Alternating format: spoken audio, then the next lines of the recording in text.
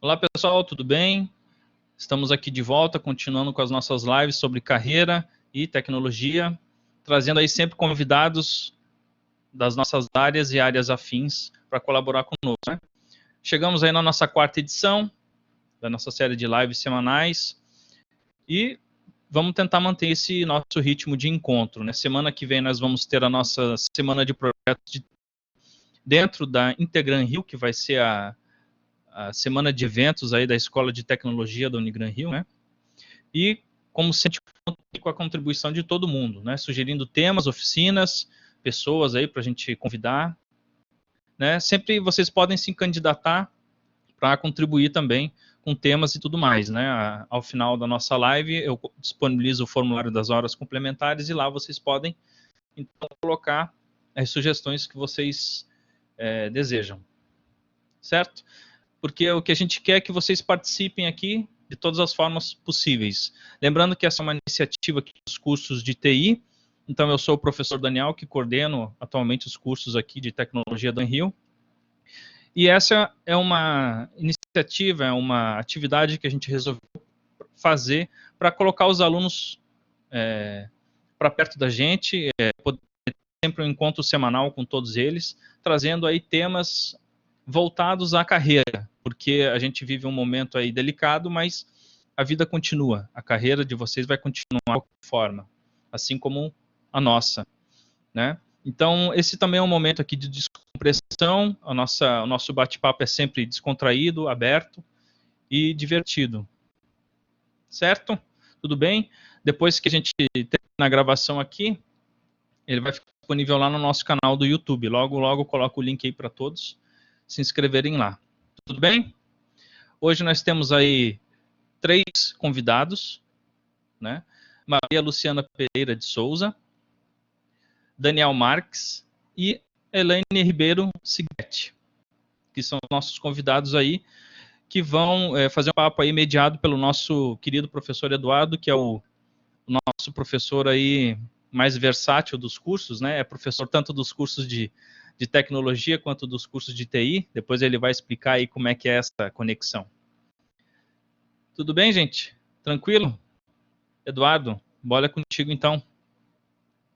Valeu, Daniel. Obrigado aí pela apresentação. Em primeiro lugar, gostaria de agradecer aos convidados, né, os alunos pela presença.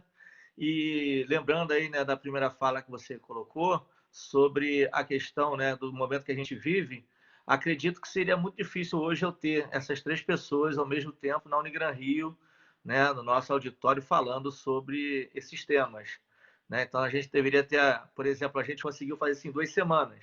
Mas se fosse para montar realmente o evento, acho que eu gastaria 6 meses para poder ter essas pessoas aí, pela agenda, né? E outros motivos mais. Então, é muito importante, muito legal saber disso. Gostaria primeiro de agradecer e fazer a apresentação dos 3 convidados, né? Vou começar pela doutora Maria Luciana Pereira de Souza, que é advogada de tecnologia, mídias e telecomunicações em CTA Advogados, mestre em Direitos Fundamentais e Novos Direitos, conselheira diretora da Inclusão Digital e Inovação, presidente da Comissão do Direito, Tecnologia da Informação e Inovação da Seccional do Rio de Janeiro, da Ordem dos Advogados do Brasil, membro consultora da Comissão Especial de Proteção de Dados do Conselho Federal da OAB, né? Ou seja, uma pessoa bastante capacitada para poder falar a respeito de TI e direito, certo? Então, ela veio com toda essa bagagem para ajudar a gente nesse tema. Nosso segundo convidado, não tão esperado assim, né, por muita gente, porque a agenda dele é estritamente também, né, complexa, mas é o nosso amigo Daniel Marques, que é meu parceiro lá da B2L, e ele vai falar muito mais a respeito disso, tá? E é algo que, para o pessoal de TI e Direito, é muito importante conhecer, tá? Ele é mestre em Filosofia da Ciência e Ética pela UPRA, Roma, Itália, MBA em Gestão Empresarial pela FGV Rio, é especialista em Inovação Jurídica 4.0, diretor executivo da B2L, que ele vai apresentar melhor isso, né? E a minha amiga, coordenadora lá no nosso grupo de pesquisa da UF, Elaine Signetti, né? Pesquisadora e professora da Universidade Federal Fluminense, formado em administração pela UF, com mestrado na área de informática pela NCE-UFRJ e doutorado em engenharia de sistemas de computação pelo COP. Pelo COP Sistemas /UFRJ, né, na área de inteligência artificial. Sua formação une a tecnologia e diversas áreas do saber, principalmente a administração e a administração pública, ao empreendedorismo, à economia, à educação e à arte e cultura ao direito. Tá? Essa qualificação da Elaine dá a ela, né, uma versatilidade tanto quanto a minha. Eu atuo na área jurídica hoje em dia, mas me formei inicialmente na área de TI. Então, eu consigo e gosto muito de fazer as duas coisas ao mesmo tempo. Né? E vocês vão perceber que isso não é uma peculiaridade, não. Acho que agora todo mundo vai ter que buscar essa multiversalidade, tá certo? Então, deixo aqui a palavra com os meus amigos para iniciar essa conversa, esse bate-papo com os alunos, ok? Daniel, pode começar? Daniel Marques. Já ia perguntar, qual o Daniel? Eu acho que a ideia aqui é mais um bate-papo, né? Trocar algumas ideias para me apresentar, né? Já, parte do currículo já foi apresentado. A B2L, Associação Brasileira de Lawtechs e Legaltechs, são empresas de tecnologia jurídica. Né? Até ontem, o direito ele conseguia exercer sua profissão, o advogado, a advogada, sem a necessidade de tantas ferramentas tecnológicas, enquanto outras profissões elas só surgiram devido à própria tecnologia. Se a gente pensar na medicina, né, se nós pensarmos, por exemplo, na própria astronomia, hoje, né, nesse mesmo horário, está sendo a primeira viagem não tripulada por seres humanos, que não é feita pela NASA, né, por uma agência oficial, que é do Elon Musk, da Tesla. E tudo isso é possível através de tecnologia. Então, muito obrigado assim, pelo convite, Eduardo, Elaine. Vai ser muito bacana a gente poder conversar um pouquinho aí sobre, né, qual é a relação entre direito e novas tecnologias, como ela vai beneficiar o acesso à justiça. Né? Maria Luciana também, é um prazer conhecê-la aqui nessa live. Espero que depois dessa quarentena possamos também trocar algumas ideias, de repente compartilhar alguns projetos. Eu acho que o mais importante de tudo, e já deixo a palavra próximo, é o seguinte, é que eu acredito muito que a união entre o direito e as novas tecnologias vão beneficiar a sociedade e a justiça. E isso está mais claro do que nunca. Se antes tínhamos que gastar muita saliva para convencer pessoas de escritório, juízes, sobre a importância desse tema, hoje já não é mais necessário, é fato. Tanto que a justiça no Brasil continua funcionando, e isso só é possível devido a ferramentas tecnológicas. Né? E várias coisas que estavam em discussão diante de uma crise, já viu que assim, se colocou como necessário. Você vê a aprovação da telemedicina, você vê audiências online, né? Você vê aí um conjunto, né? O incentivo cada vez mais forte da utilização de ferramentas de mediação e conciliação online, coisas que já existiam, mas que com a crise viram que eram essenciais para que a justiça pudesse continuar. Muito obrigado pelo convite. Valeu, Daniel. Eu que agradeço mais uma vez. Doutora Luciana, a senhora pode se apresentar e dar continuidade aí ao nosso evento? Claro. Primeiro, Eduardo, eu quero te agradecer imensamente pela oportunidade. Assim que entrei na sala, falei que é muito bom estar em casa. Como eu te falei quando você me convidou, minha primeira formação foi na Unigran Rio. Meu irmão estuda TI aí na Unigran Rio. Inclusive, já olhei aqui, ele não está. Depois nós vamos ter uma conversa séria sobre isso, mas certamente é por causa do trabalho. Enfim, sou fã do Daniel Marques, já conheço o trabalho dele, sei que ele é um grande speaker, um grande entusiasta dessa interseção de direito e tecnologia, e me alegra muito ver aqui, vamos fazer uma conta conta de advogado, né? Tirando os organizadores, nós painelistas, saber que tem mais de 85 pessoas que transitam, tanto no TI quanto no direito, interessados nessa nossa conversa, é muito importante, porque quando as pessoas dizem o mundo pós-pandemia, o mundo a chave já virou. É exatamente o que o Daniel falou. E se hoje a gente tem ainda uma justiça funcionando, apesar de muitas limitações, isso deve-se à tecnologia. E aqui é uma coisa que a gente vai discorrer já, mas que eu acho importante falar, Quando a gente fala em law tech, em legal tech, muita gente já, às vezes, torce o nariz, e isso é função do advogado. A gente precisa separar o joio do trigo. Tem iniciativas extremamente relevantes e que permitem que o advogado se concentre no que de fato é importante e que a gente deixe para as máquinas, para os programas, para as ferramentas de BI, aquilo que não precisa o advogado perder tempo. Então, enfim, a gente vai falar melhor sobre isso, mas queria dizer que esse debate dentro de uma universidade com a relevância da Unigran Rio, que projeta tantos expoentes para o mercado, isso é muito importante. E para quem está aqui e é do direito, que se dispa de qualquer preconceito, porque esse caminho entre direito e tecnologia, não só ele é um caminho sem volta, como ele é um caminho delicioso. Então, sigam por ele, porque certamente vai ser muito produtivo para a carreira de todos. Os de TI eu não deixo esse recado, porque vocês já são naturalmente disruptivos, né? Os advogados, aqueles, às vezes, que seguem só pelo direito, é que têm um pouco mais de resistência.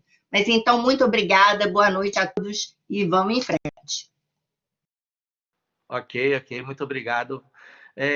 Agora com a professora e doutora Elaine, né, que só para os alunos, amigos da Unigran Rio, tomarem ciência, ela é amiga do professor Horácio, os professores antigos aí. Miguel, pode falar a respeito, tá? Então, apresentando a Elaine, já vou te dizer que ela é amiga do Horácio, tá, Miguel? Horácio, Eduardo. Que amigo da... Eu não sei de nada, não sei de nada. Vocês estão me vendo aí? Então, legal. Então, Eduardo gosta de botar uma pimenta, né? Nem sei quem é Horácio. Mas, enfim, eu sou Elaine Siget, eu fiz a graduação... O quê? Tá. Então, eu fiz a graduação na UF, né? Me formei em administração, então ciências sociais aplicadas. E depois eu migrei para a área da informática, né? Eu me apaixonei pela área de informática, então, assim, é um prazer enorme poder voltar, né, para falar com os alunos da área de TI, e é uma área que eu amo, né? Até que eu segui nessa linha. E com o pessoal do direito, TI é meio igual à água, né? Acaba se encaixando em várias áreas. E no direito, esse encaixe tem sido muito interessante de observar, porque não é algo novo, é algo que paulatinamente vem acontecendo, né? Vem acontecendo no tempo, essa inundação da tecnologia na área do direito, com a informatização de alguns processos, e isso, de repente, é percebido como novo, né? Como um impacto. Então, isso é muito interessante, porque a TI ela acaba inundando outras áreas também. Mas essa visão disruptiva, né, que a Maria trouxe, para o direito, eu acho que o impacto é maior, porque a distância dos processos computacionais para os processos manuais que vocês normalmente executam nos processos de vocês, né, usualmente, acabam gerando essa quebra total de como pensar esse processo agora. E assim, eu percebo muitos medos, né? Que, assim, será que a inteligência artificial vai substituir o processo de tomada de decisão do juiz? Será que as petições agora vão acontecer de maneira semi-automatizada, né? E aí isso me deixa, assim, muito curiosa perceber como as pessoas ficam, né, ansiosas com a tecnologia no direito.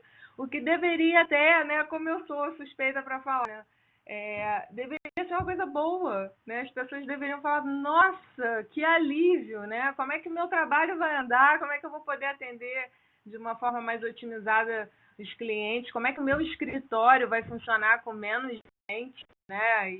E fazendo trabalhos assim não pouco louváveis, né? Trabalhos às vezes até operacionais e tal. Como é que o meu escritório... E essa percepção ainda não vejo, né? E assim, eu acho que o pessoal da área de TI vai ter que ter um pouco mais de paciência para poder entender o advogado como cliente, né? Se o pessoal de sistemas for trabalhar com um sistema de, né, para operacionalizar os processos e tal, o cliente advogado é um cliente que ele vai ter que ter um pouquinho mais de paciência. Então, eu coordeno junto com a Márcia. A Siri resolveu falar comigo aqui com o iPad, então a Siri está falando, ela está achando que eu estou falando com ela, mas tudo bem. Eu sou vice-coordenadora do LED, que é o Laboratório Empresarial de Direitos Humanos, com a professora Márcia, lá na UF, né, com o pessoal do direito, e a gente acaba trabalhando essas interfaces, né. Eu também tenho o Data, que trabalha com estudos e pesquisas na área das organizações e em neurociências comportamentais, que é a parte mais de inteligência artificial. E também tem o núcleo de pesquisa na área de economia também, né? Com os mercados virtuais, o marketing, essa parte de marketing digital.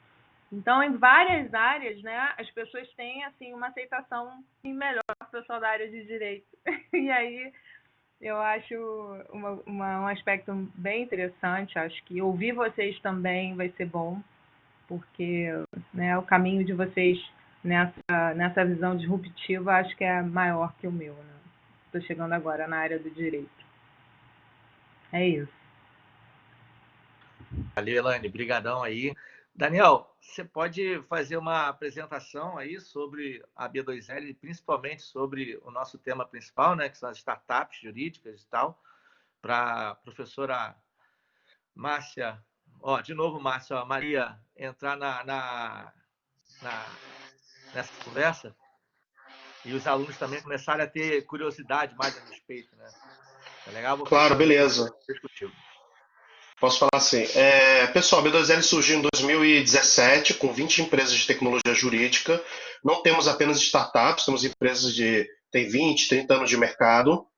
Né? Atualmente na B2L, nesses 3 anos que nós vamos completar, já temos mais de 200 Lawtechs, Legaltechs. Nós somos a maior associação de Lawtechs e Legaltechs do mundo. No Brasil, a gente não tem um número exato de Lawtechs que existe no mundo, mas no Brasil a gente acredita que aproximadamente 25% a 30% das Lawtechs que existem no mundo estão no Brasil. Né? Isso mostra o grande mercado que nós temos. Alguns big numbers, para quem não é do direito, né, e até para quem é do direito, poucas pessoas sabem, é que o mercado jurídico brasileiro é superlativo. E muitas vezes quem é de TI, quem é de empreendedorismo, olha para outros setores, que são setores mais de hype, né, fintech, todo mundo quer fazer uma fintech, existe uma fintechização da sociedade, né, tudo é fintech, Rappi é fintech, iFood é fintech, e que é bacana, nós temos até Lawtechs que estão virando fintech também, mas nós vemos as healthtechs, agrotechs, mas o mundo das Lawtechs ainda é pouco olhado para o pessoal de TI. E aí alguns big numbers que, assim, que fazem com que o mundo inteiro que trabalha com Lawtech e Legaltech queira vir para o Brasil. Em primeiro lugar, 2% do PIB brasileiro é gasto na justiça, tá ok? Vai ser muito ou pouco. A gente, comparando, né, com números da Europa, a gente está falando de 0,3, 0,4 é o que é gasto na Europa. E eu não sei se alguém sente que tenha uma segurança jurídica melhor do que da Suíça, né? Aqui no Brasil. Então, assim, não é falta de recursos, tá bom? Não é falta de recursos. Nós temos recursos e são muitos para a justiça.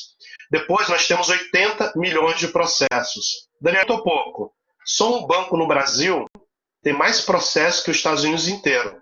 Claro que lá é outro tipo de direito, não é um direito positivo como o nosso, o direito consuetudinário, mas já é um sinal. Né? Há 2 anos atrás, organizamos um congresso internacional e tinha uma investidora da Índia. A Índia é um país que tem 5 ou 6 vezes mais habitantes que o Brasil. Ela falava que lá tinha muito processo, 5 milhões. Né? E eu falei, no Brasil nós temos 80. Né? E sem contar aí que são 30 milhões novos todos os anos. Então, nós temos 1.600 alunos, 1.600 universidades de direito. Né? Se a gente juntar todas as universidades de direito do mundo, ok, no Brasil tem mais. Nós temos 1.200.000 advogados com OAB. Tá bom? Bacharéis, ninguém sabe o número. Né? É porque já conversei com o vice-presidente da OAB, já conversei com o presidente seccional, cada um falou um número, né? E aí eu descobri que é mais fácil acertar na Mega Sena do que acertar o número de bacharéis em direito no Brasil. É o dobro do número de advogados, é o dobro do número de médicos, tá bom? E isso faz, e sem contar o seguinte, É uma quantidade gigantesca de dados que não estão estruturados. Nós temos 91 tribunais, 91, 92. E aí dentro de cada tribunal nós temos aí primeira instância, segunda instância, STJ, STF, as câmeras, as comarcas. Estamos falando mais de 100 sistemas diferentes rodando nos tribunais e nenhum deles se comunica entre si. Não existe um banco de dados único. Tá? Não existe API padrão. Né? Então, assim, tudo isso faz com que a nossa justiça seja justiça muito complexa, burocrática, cara e demorada. Em média, um processo no Brasil demora 8 anos, né? Isso é a média. Né? E aí, algumas coisas, alguns skills, e são skills de outras áreas, estão começando a entrar no direito, e que são muito importantes. Né? Existe uma frase que é de um dos fundadores do Waze, que ele fala que o empreendedor, né, o empresário, tem que se apaixonar pelo problema e não pela solução. Né? E o advogado, né, por toda a liturgia, pela formação dele, ele é muito apaixonado pelo formalismo dentro do direito. Né? Muito apaixonado pela forma, né, pela toga, pela gravata, pela botoadura, né, e com a linguagem que é inacessível às pessoas, né, e que é normal, ou seja, você ter uma linguagem própria, ela é muito importante, especialmente eu que estudo filosofia, sou filósofo, a gente sabe que a linguagem ela é o acesso à realidade. Só que essa linguagem ela tem que ser utilizada entre os operadores do direito, só que ela não acontece dessa maneira. Né? Ela é jogada para fora e acaba se criando um mundo assim, que não é inteligível para as pessoas que não estão dentro desse mundo do direito. Então, esse é o cenário que nós temos. Um judiciário que é extremamente complexo, um judiciário, né, que é muito apegado à forma e não apaixonado em resolver o problema, resolver a dor. Né? E aí surgem as low-techs, que são essas empresas de tecnologia que faz com que o advogado foque naquilo pela qual é formado. Né? O advogado ele faz 5 anos de direito, faz MBA, depois faz pós, para fazer Ctrl-C e Ctrl-V. Nós temos muito advogado, se fôssemos voltar para a segunda revolução industrial, né, da época da eletricidade, que seria comparado àquela profissão que existia antes de acender luz de poste. Né, tem muito advogado que faz essa função de acender luz de poste. E esses advogados, eles vão ser impactados pela tecnologia.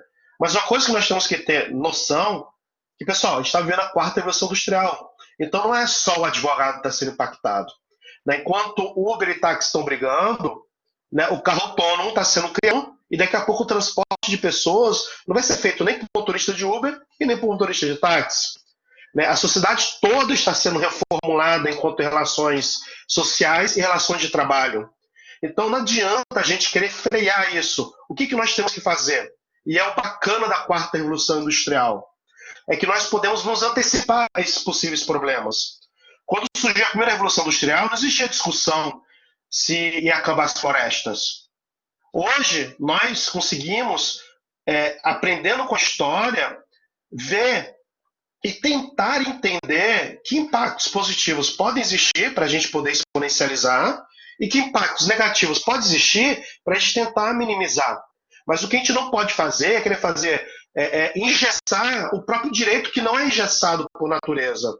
Né? O direito tem como função fazer com que a gente alcance um bem que está sendo pleiteado. Né? Instrumento para a justiça. Enquanto instrumento, o direito, ao longo de toda a história da humanidade, ele se transformou. O direito que nós vivemos hoje não é igual ao direito romano, que não é igual ao direito do Renascimento, que não é igual ao direito de 100 anos atrás. Então, aonde está escrito, né, que o direito é engessado, que o modo de oferecer serviço jurídico, tá ok, vai se manter dessa mesma maneira. E olho, pessoal, e aí eu posso até gerar uma certa polêmica, e peço desculpas, a justiça, ela busca se realizar por si mesma, né, como foi bem falado, não sei se pela Elânia ou pela Luciana, como água, né? A água ela vai se espalhando e vai tomando espaço. Então, se um bem que foi violado, ele não consegue ser tutelado, respeitado, utilizando-se os instrumentos formais que nós temos, que é o direito, existirá, a sociedade como um todo vai criar outros caminhos. Então, assim, não adianta você querer frear.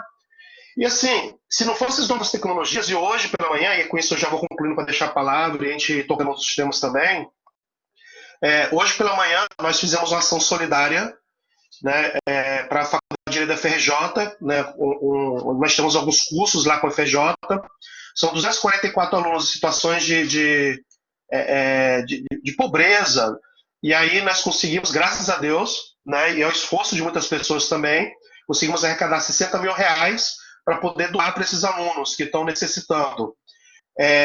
E uma coisa que o ministro Fux falou, que o ministro Benedito falou, que o ministro Salomão falou é que se não fossem as tecnologias e se não buscarmos outros meios de resolver o conflito na sociedade, o judiciário vai entrar em colapso.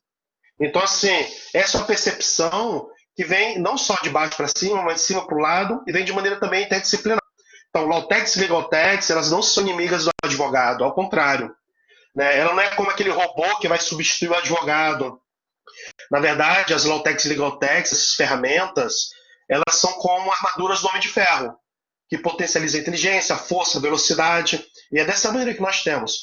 E aí, para quem é de TI, pessoal, o direito é um campo, um oceano azul de oportunidades para poder criar soluções que possam servir para levar a justiça a todas as pessoas, tá ok? E aí com isso eu encerro, para poder também não falar tudo, né, mas deixar a palavra também para os nossos convidados e convidados aí. Valeu, Daniel, obrigado. Acho que foi bastante esclarecedor esse papo inicial, né, e dando já o pontapé inicial da proposta, né, que é mostrar as possibilidades que a gente tenta trazer no dia de hoje. Tá? Sobre a FND, foi muito bonito o trabalho que foi feito hoje, eu vi de manhã, tá? O resultado, né? Eu acho que é importante a gente sempre destacar esses eventos, essas ações, tá certo? Professora Luciana, vamos lá? Agora acertei o nome, né? Agora acertou o nome, tá ótimo. Só pegando uma carona no que o Daniel falou, ainda para dar uma ideia da grandeza desse mercado, no Brasil, nós temos um advogado para cada 190 habitantes, enquanto nos Estados Unidos é um advogado para cada 250 habitantes. E aí aqui também, até para reforçar essa questão do acesso à justiça, embora nós brasileiros não tenhamos percepção de quão eficiente é a justiça brasileira, nós temos um sistema que tanto facilita o acesso à justiça, porque apesar de, para grande parte da população, a gente não pode ser leviano, ser caro, para uma outra parte enorme não é tão caro. A gente sai do Brasil, acessar o judiciário é caro demais. Então, por isso é que a gente tem um judiciário que tem 80 milhões de processos, que são 30 milhões de processos. Agora, uma coisa que é muito importante, e aqui eu acho que eu ouso até ter uma fala que ultrapassa um pouco a ideia só do jurídico e alcança a EdTech, alcança a medicina, alcança, enfim, outras áreas em que nós podemos ter startups, inovações, disrupção. É muito importante que o profissional de TI que vai se lançar nesse mercado, que ele tenha o cuidado de analisar o estatuto de ética daquela profissão, porque há atividades que são exclusivas do profissional. E aqui não é que a gente tenha a resistência à evolução, mas da mesma forma que eu não posso achar natural que um analista de sistemas, que um programador, leve 5 anos numa faculdade e aí eu permita que alguém que foi ali, fez um cursinho na gamer da esquina, desenvolva algo, eu também não posso pedir isso para a advocacia. Então, por que eu estou falando isso? Porque a ideia, nós não somos inimigos e o advogado, de forma alguma, pode perceber na tecnologia um inimigo. Só que a gente também precisa da compreensão de quem é da área de TI, que nós somos profissionais, que nós fomos moldados para ser um profissional da caneta, um profissional da argumentação.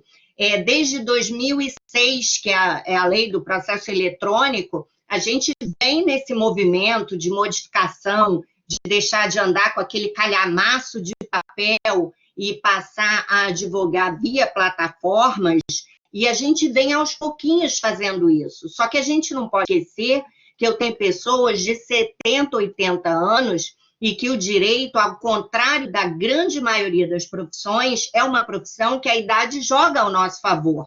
Então, eu não posso também chegar com inovações que não pensem nesse tipo de inclusão.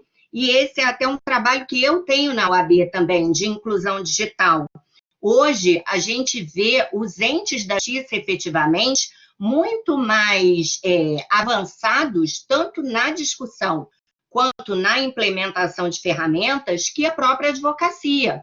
A gente tem o que se chama de MNI, que é o Modelo Nacional de Interoperabilidade, onde os tribunais efetivamente têm autonomia, né? O CNJ, que é o Conselho Nacional de Justiça, está tentando unificar isso, porque não é viável que num país como o Brasil a gente tenha 90, 80 ferramentas diferentes para peticionar eletronicamente, mas a gente ainda tem ali um movimento muito restrito ao judiciário, ao Ministério Público. Por quê? Porque ali é investimento do poder público. E o advogado, quando ele se dispõe a abraçar a tecnologia, isso vai ser a partir da capacidade econômica do próprio. Então, até por isso, há uma oportunidade de mercado muito importante para a área de TI, que é a otimização dos processos. Mas sem esquecer que se a gente tentar medir a advocacia com a régua que a gente mede o judiciário, o Ministério Público ou a Defensoria, a gente vai chegar num resultado furado, porque a realidade do advogado é outra.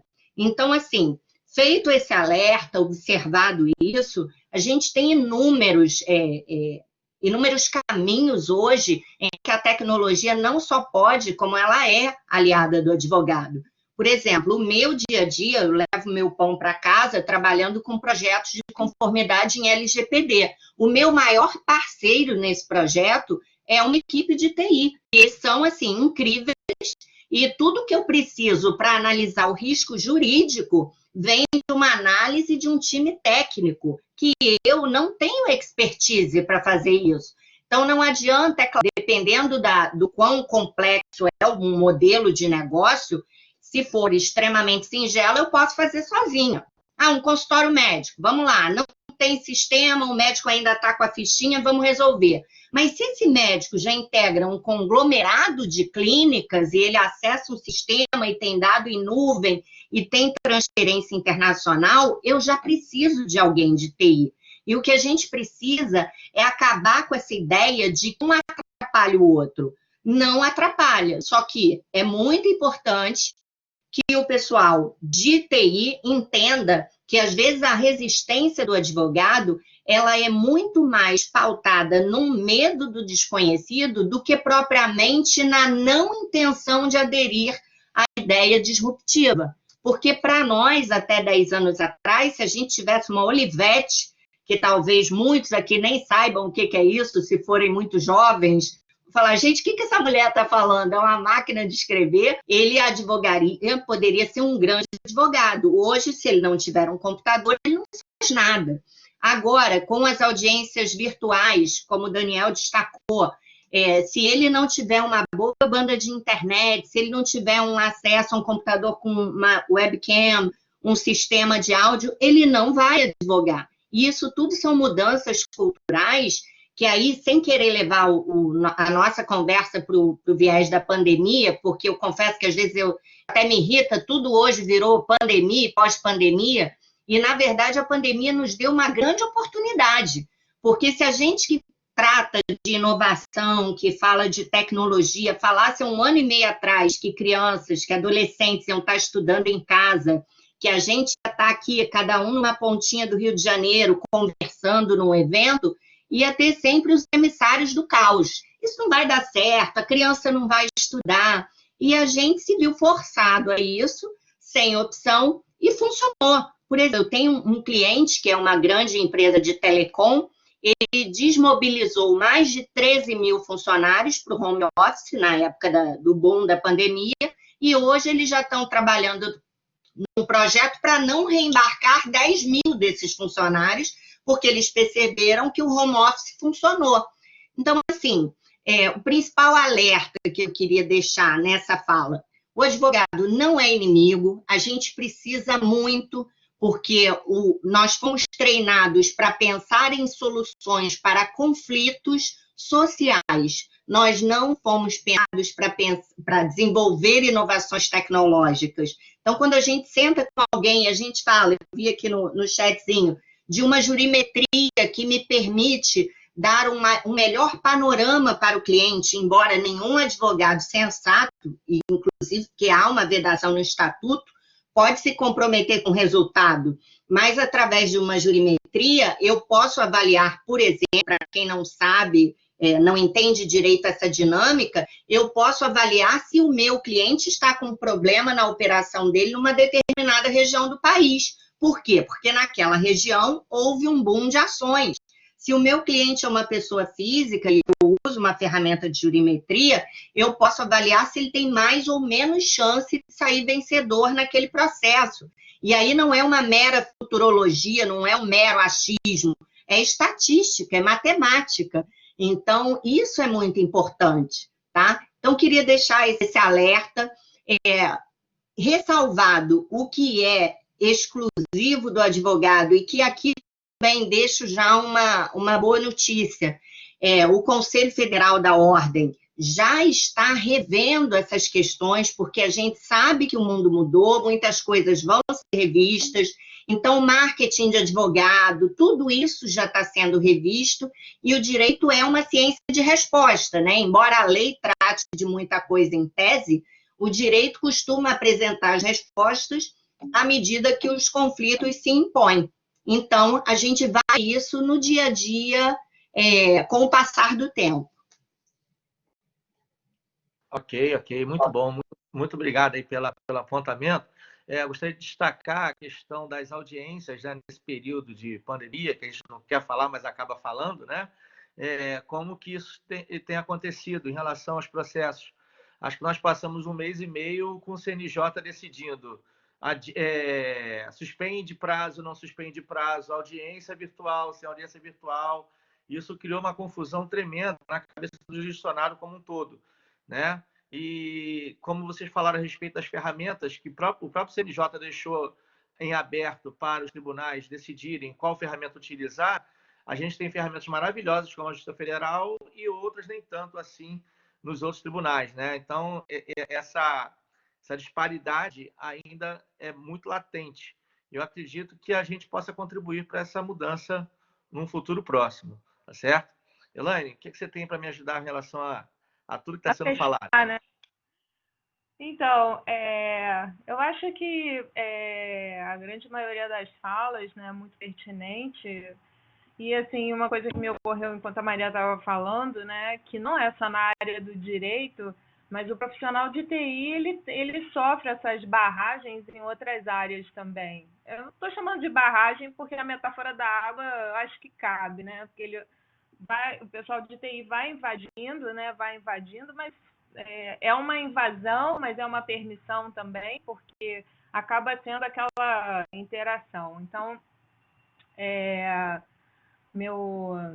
meu computador, eu acho que está dando pane aqui, então eu vou ser breve. Vou ser breve. Isso acontece na medicina, né, com a questão dos atendimentos que podem acontecer à distância, né, e acabam tendo que ter a validação do médico, a assinatura do médico, né, o CRM. Isso acaba acontecendo também com a assinatura digital do pessoal da contabilidade, como é que funciona. Então, essas regulações, eu acho que são questões que são obrigatórias para o pessoal de TI lidar, né? O quanto o pessoal de TI pode ajudar, ou invadir, ou estar, e o quanto não pode estar, né? Enquanto as competências. E, assim, aonde o pessoal de TI vai ter que existir negociação. E eu acho que a negociação tem que estar presente nessa formação. Tem que saber lidar com processos de conflito, tem que saber lidar com comunicação mais amigável, né? Porque a formação de TI acaba fazendo com que a praticidade e a objetividade sejam imperativos. Então, a pessoa acaba também adotando isso numa forma de comunicar, numa forma de lidar com as outras pessoas. Então, é uma questão que a comunicação com o usuário, essa, né, interface humana, né, essa coisa do lidar com o ser humano. Então, são habilidades e competências que o pessoal de TI vai precisar desenvolver para lidar com vários profissionais. E a questão da pandemia exacerba esses usos, né? O futuro a médio e longo prazo de quem trabalha com tecnologia é trabalhar com mais tecnologia, trabalhar com mais usabilidade, trabalhar com mais usuários e diferentes aplicações. Então, é uma área que eu vejo...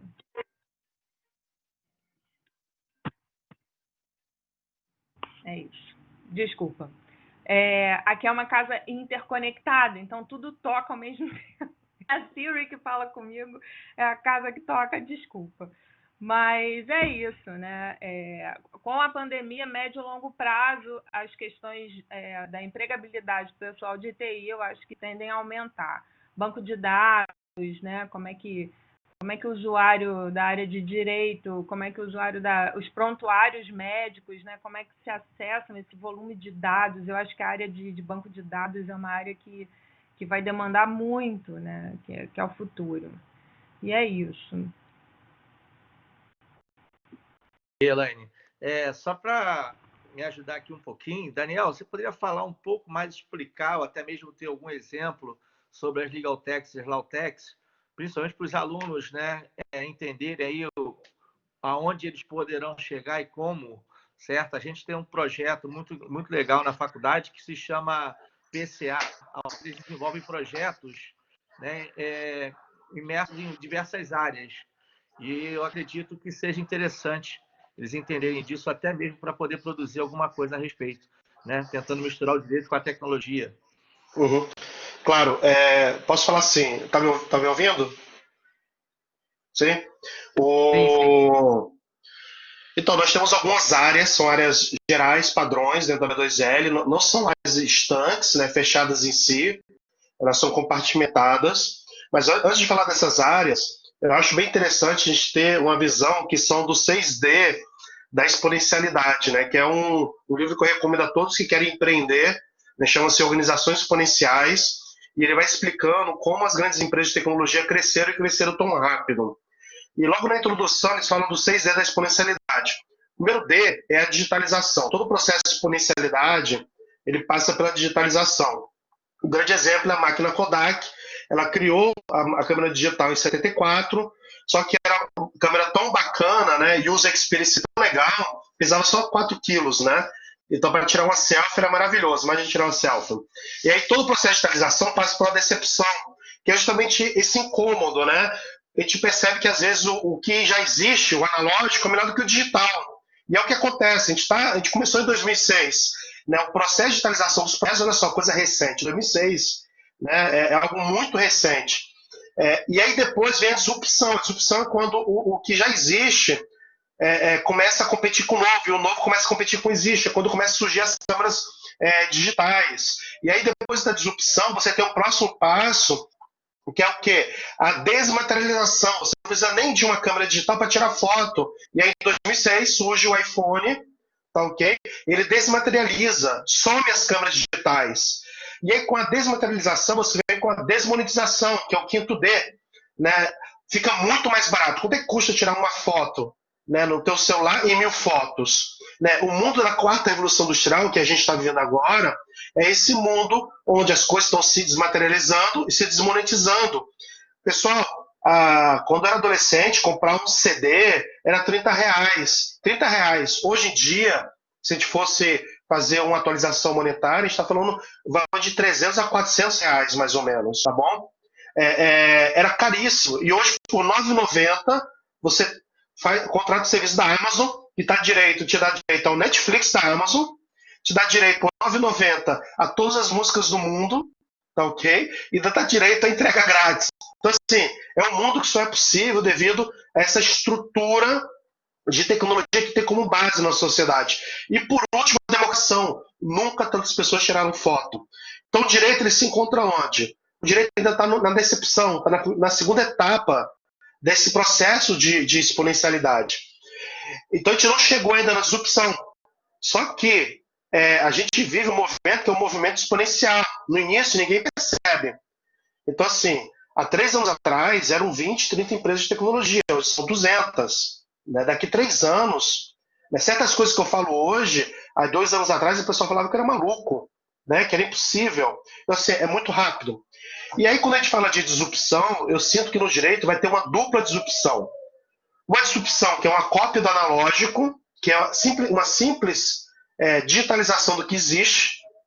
Então você tem audiência presencial e você tem audiência digital. Tá ok? Mas isso não é a verdadeira disrupção. A verdadeira disrupção é repensar os próprios processos dentro de uma lógica tecnológica e uma lógica digital.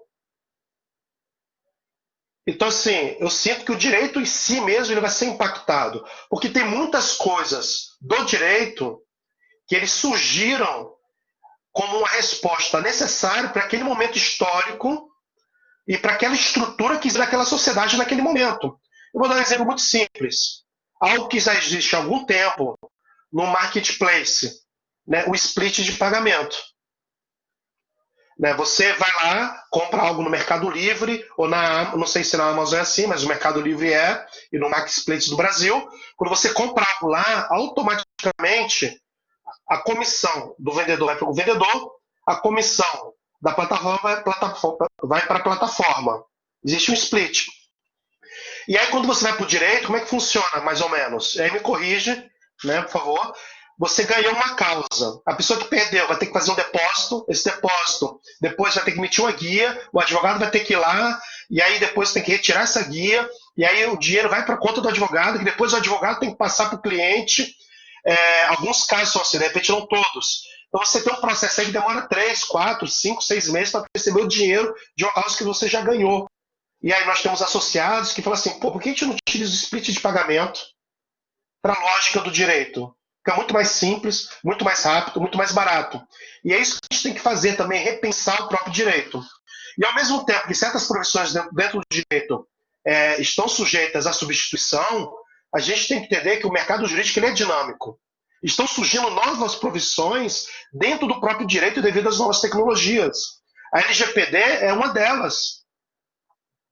A LGPD é uma demanda que surge da nossa sociedade 4.0 e que estão surgindo novas oportunidades dentro do direito. Depois você vê Legal Design Thinking, né, o Design Thinking aplicado ao direito. É uma nova profissão que está surgindo. O cientista de dados jurídico é uma nova profissão que está surgindo. Né? Então, assim, propriedade intelectual e inteligência artificial e blockchain é a nova profissão que está surgindo. Regulamentação de novas tecnologias é uma profissão nova que está surgindo. E aí, quando a gente vai para as categorias de Lawtechs que nós temos as Lawtechs de ODA, Online Dispute Resolution, que são Lawtechs que faz conciliação e mediação online. Nós temos Lawtechs que são marketplaces jurídicos, são os correspondentes jurídicos. O escritório de advocacia ele pode já começar atendendo o Brasil inteiro. Nós temos Lawtechs de analítica e geometria, que é você ter uma visão dos números do direito. Né? E também poder fazer até uma certa análise preditiva. Né? Que na França foi até proibida, né? E criminalizada, né, você fazer análise preditiva dos juízes, né, crime de até 5 anos de pena. Depois nós temos ferramentas, por exemplo, de automação e gestão de documentos. O advogado ele perde muito tempo, ele mexe com muitos documentos. Então, como é que você pode organizar isso de maneira automatizada? Nós temos plataformas também de RP jurídico, são sistemas de gestão, de pagamento, de acompanhamento processual, né? De acompanhamento de processos. Pessoal, existem advogados que eles gastam ainda 1 hora por dia entrando em tribunal por tribunal para atualizar para ele em Excel dos processos dele. Ah, Daniel, mas 1 hora não é pouco. 1 hora do advogado, você coloca ao longo do mês, ele gasta 20 horas nisso. Ele poderia estar estudando, se formando, conhecendo novos clientes, prospectando, vendendo teses, criando novas teses. Ah, Daniel, mas eu já automatizei. Né? Como é que você automatizou? Não, tem um estagiário que faz isso. Né? E aí são tarefas burocráticas, o advogado gasta mais ou menos 30% do tempo dele em tarefas burocráticas que poderiam ser automatizadas né, e diminui também toda a chance de erro que existe. Então, assim, esses são alguns segmentos que nós temos, que tem uma dupla disrupção, né, que nós temos que ainda implementar, ainda estamos longe disso, mas é um longe que é perto, porque a velocidade é exponencial, tá bom? Depois nós temos esses segmentos, ODA, marketing correspondente jurídico, RP jurídico, análise de geometria, tributário, tax tech, né, civic tax, né, que é toda uma questão que está surgindo agora, da OAB, que é muito comum nos Estados Unidos, está chegando no Brasil, impactando as companhias aéreas, né, da compra de direitos que já existe em outras áreas, né, do direito. Eu posso comprar um direito trabalhista, ter uma precatória, e agora está acontecendo algo relacionado a passagens aéreas. Mas isso vai impactar também com eletricidade, companhias de telefone, tudo que é consumerista. Então, assim, nós temos vários segmentos, várias categorias, a gente poderia continuar, mas prefiro passar a palavra aí para o próximo. Beleza, ok. A Mariane surgiu com uma dúvida a respeito da aplicação. Estou tentando achar aqui, escreveram diversas. Já aqui, ó. Minha preocupação. A preocupação com a área penal, né? Isso. Ajuda. Olha, te ajudo. Hoje, no Tribunal do Rio de Janeiro, está sendo seguida a recomendação do CNJ, que foi a adoção da plataforma Cisco Webex. E aí, como, se eu não me engano, também o professor Miguel colocou logo abaixo na resposta, a gente tem diversas ferramentas de criptografia que garantem isso, mas, por exemplo, quando eu estou numa audiência criminal, embora eu não seja criminalista, eu participei do projeto, então, por isso, posso falar. O cliente e seu advogado são direcionados para um lobby à parte, obviamente é um lobby virtual, para que eles ali conversem e discorram, enfim, sobre a estratégia, a orientação do advogado, tá? Há todo um cuidado com a segurança, a CIS é uma empresa, enfim, global e se cercou de muitos cuidados, mas eu também não posso assumir aqui que, não, porque alguém, acho que na sequência falou alguma coisa de ataque hacker e tal. Então, enfim, invasores, essas situações podem ocorrer? Podem, mas os tribunais se cercam de muitas ferramentas de segurança da informação. Hoje, a segurança da informação para os tribunais, ela é um risco acompanhado com times extremamente qualificados e que são compostos não só por profissionais da área de TI, mas efetivamente por magistrados, tá? Espero ter conseguido ajudar e a responder essa. Ok. Eu vi alguém perguntando sobre a questão da falta de padronização do sistema jurídico. Perguntando se é uma questão de gestão ou tomadas de decisão individuais por parte dos respectivos responsáveis. E aí a pessoa tem essa dúvida. É uma questão que a gente discutiu num dos grupos de pesquisa pelo LED, e que várias pessoas que trabalham, né, nessa área vêm com essa questão. Por que cada lugar adota um sistema diferente, né? E, assim, historicamente falando, né, historicamente, olhando para a inserção da tecnologia nos processos, é um movimento relativamente que a gente pode olhar assim e considerar normal. Cada um traz um sistema de acordo com as suas questões, né, e customiza esse sistema para atender uma certa demanda. E a tendência no médio e longo prazo, depois que esses sistemas são instalados, são outras sugestões surgirem. E para até tentar melhorar, né, que esse sistema seja automatizado, esse processo também. Então, eu acredito que passe pelo processo chamado de decisão dos responsáveis diretos, sim, né, de tentar resolver, de tentar dar uma solução através de uma implantação de sistemas. E a questão da unificação, eu acho que a médio e longo prazo é uma tendência. Tanto é que nós temos, né, o banco de dados unificado do SUS hoje. No passado não era assim, as fichas eram locais. Então, a tendência no médio e longo prazo é que esse movimento aconteça, mas vai depender de um grau de maturidade maior das áreas, né, para isso poder acontecer. Elaine, na verdade, já há uma resolução do CNJ determinando essa uniformização desde 2015, na verdade. O que acontece é que o CNJ, apesar dele ser o órgão, né, que dá algumas diretivas para os tribunais têm autonomia. Então, na medida em que, por exemplo, um Tribunal do Sul optou pelo Projude, o Tribunal do Rio usa uma ferramenta que é tão boa que ela é inominada, né? Não tem nome. A gente usa, fala é o peticionamento do TJ, é o DCP, mas a coisa é tão boa que não tem nome. Mas, querendo ou não, culturalmente, as pessoas se adaptam àquilo ali e vira uma resistência. Mas foi aprovada essa resolução.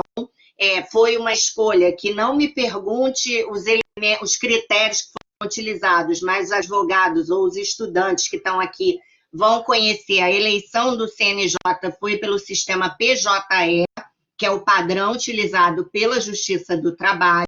É claro que hoje já está numa outra arquitetura de programação e tudo, já não é mais aquele formato tão estático da Justiça do Trabalho. Aqui no Tribunal do Rio, ao longo desse ano, se não fosse a pandemia, ele ia entrar com força total, mas já está com uma programação em nuvem, toda uma leveza que o primórdio não tinha. Então, assim, pegando uma carona no que você está falando, a gente tem esse movimento, mas como os tribunais ainda têm autonomia, tem essa resistência. Mas o próprio CNJ já voltou e falou, olha, vão ter que seguir, porque não justifica que cada tribunal faça um investimento absurdo, que exatamente como você falou, se unir os esforços, a gente gasta menos, e é óbvio, né? A gente tem questões modulares que dá para você adaptar de acordo com a realidade daquela comunidade. No Sul eu preciso de determinado campo, insere o campo, no Nordeste eu preciso de outro. Mas, enfim, que não se gaste tanto dinheiro para fazer mais do mesmo, né?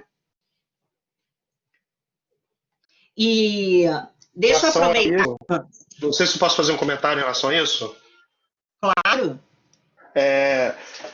Nós fomos convidados, também estivemos participando de um grupo de estudos que existe no CNJ, que é justamente de acesso aos dados, tá ok? E tem toda a questão também da LGPD, da intimidade, da privacidade, e a grande pergunta é essa, né? Como o acesso aos dados ele é público dos processos, a não ser que esteja em segredo de justiça, e nós temos essa pluralidade, né, de sistemas. Existe o MNI, que é o Modelo Nacional de Interoperabilidade, que é só teoria, mas nunca foi adotado e colocado em prática, seria uma API, tá bom? E aí o que a gente está fazendo da B2L? Eu acho que depois desse grupo de estudos, nós falamos, cara, nós temos que ter uma API da B2L, uma API que integre os diversos sistemas, porque a gente está num mundo 4.0, que não se integra, se desintegra. Então a gente está criando uma API padrão. O próprio CNJ, ele ia retomar, né, o desembargador Braulio, que é responsável pelo PJE, né, a gente troca muita ideia, conversa bastante sobre o que a gente pode estar fazendo em conjunto. Ele ia retomar o grupo para abrir uma consulta pública para saber a que dados deveria ter essa API. Só que devido à pandemia, isso foi pausado, tá ok? Mas existe um desejo de realmente fazer com que os tribunais se integrem. E o grande problema, como ela comentou, é esse. Cada tribunal, apesar de existir o CNJ, ele tem essa liberdade de adotar o sistema. E aí tem outra coisa, que vocês de TI devem sofrer muito. Vocês criam um sistema. Aí o escritório A, mas eu quero que seja rosa. O escritório B, não, mas eu quero que essa palavra não seja assim, eu quero que seja assá. E aí você vai personalizando, diferenciando o sistema, e isso gera uma complexidade que é terrível, né? Porque aí não gera unidade. Eu não acredito que vai ter um sistema único, mas eu acho que é necessário ter um conjunto de dados padrões que deve ser comum a todos e todos os sistemas poderem conversar entre si, tá bom? Criar APIs de integração, fazer que realmente o MNI funcione e entre em prática. Legal. Só acompanhando vocês, na área de TI, principalmente, né, a gente entende que a gente cria, né, algumas procedures, algumas funções, e se a gente observar dentro de uma análise de sistemas, praticamente todos os tribunais executam os mesmos procedimentos os mesmos processos, né? O que muda muitas das vezes não é nem a linguagem de programação, e sim é o sistema como um todo. Então, acho que é uma peculiaridade que não deveria acontecer, né? Mas eu entendo que lá atrás, em 2006, quando implementou o processo eletrônico, como não foi criado uma padronização nacional a respeito e deixou cada estado, cada tribunal decidir a forma como iria implementar, né? Eu estudei um pouco, fiz um trabalho sobre isso, uma pesquisa, e me deixou bastante incomodado realmente essa questão. Por que o tribunal da Bahia não seguiu o tribunal do Rio Grande do Sul? Sendo que a gente que estuda processo, né, aí processo jurídico, processo civil, processo penal, a gente verifica que todos os atos processuais na verdade, são iguais em qualquer lugar do Brasil. Né? E por que então, não se criou um sistema único para isso tudo? Só uma colocação aí. Se vocês puderem responder a pergunta do Alex, tá? Eu vou ficar... E também a outra do Antônio Carlos, que ele perguntou sobre a questão do blockchain. Eu gostaria de falar muito sobre blockchain, que também é uma área que eu admiro bastante, mas eu vou deixar para vocês aí, né, que são os convidados, tá bom?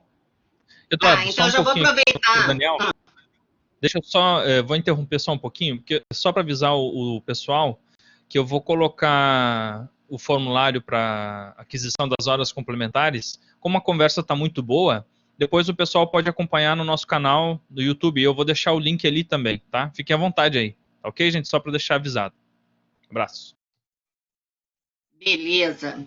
Então, vou aqui na pergunta do Alex, só falar o seguinte, como o professor Eduardo falou aí na minha apresentação, né, eu advogo nesse viés de tecnologia, mídia, telecomunicações, e eu integro também uma iniciativa que se chama TMT Legal Network, e a ideia lá é a gente reunir exatamente profissionais da área de TI, profissionais da área de telecom, advogados, exatamente para esse benchmarking, tá? Então, vou deixar o canalzinho aí no chat, quem tiver interesse em seguir. E amanhã, no canal oficial da OAB, eu vou ter uma live, né, com um espanhol para a gente, porque, na verdade, essa semana a GDPR, né, que é a mãe da LGPD, ela completou 2 anos, e aí nós estamos trazendo o Alonso, que é de uma banca espanhola, para fazer exatamente esse benchmark. Então, quem quiser, quem tiver interesse, eu vou deixar também esse caminho. Mas tem muito, olha, o conteúdo aí, certamente o Daniel está muito mais habilitado para falar do que eu, mas a própria B2L disponibiliza muito conteúdo, a Startse, que é um braço em São Paulo também, que tem um trabalho super bacana, tem muita gente boa trabalhando nessa interseção, que é, obviamente, uma consequência da economia digital e que passa por todas as profissões e não ia deixar de passar pelo direito. Eu só acho que assim, a fala tem que ser plural, né? Pode ser plural. A única coisa que aí eu acho que até o meu papel aqui, como alguém que está dentro da OAB, que eu preciso alertar a questão das civtechs que trabalham com a compra dos direitos de pessoas que foram lesadas em voos. Essa questão, de fato, é muito controversa, tá? A gente tem vários debates éticos sobre isso. Então, se a gente parar para pensar em investir no que já desperta debates éticos, talvez não seja tão bom assim. A gente tem inúmeras outras coisas que podem ser investidas e que não vão esbarrar na advocacia, que não vão esbarrar na ética.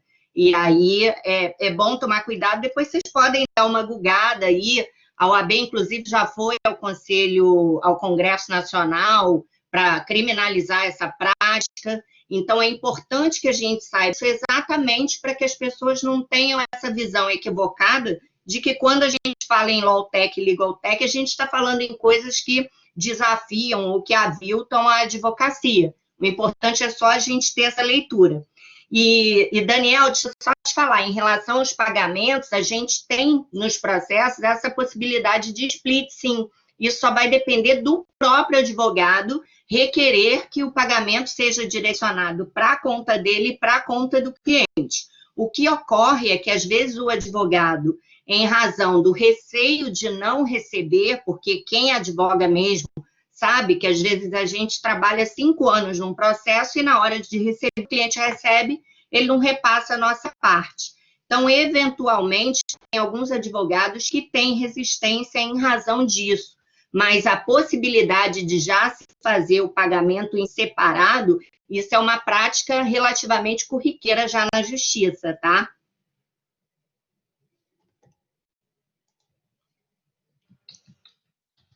Cadê o Daniel? Voltou? Acho que saiu.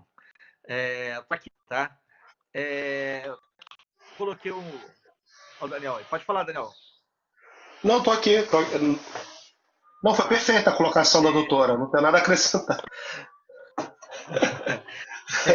Eu acabei de colocar o link aí da B2L que fala sobre o cerco, né? Do que a própria doutora acabou de falar, né?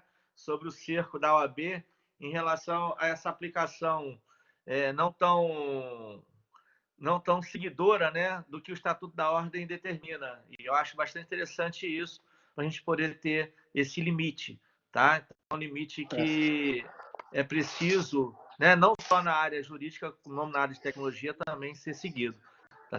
Então, esse é um profundo desafio, né? Porque a gente está vivendo uma sociedade que está somente sendo transformada em vários elementos, né? E a gente vê um movimento também de direito como experimentação na sociedade como um todo.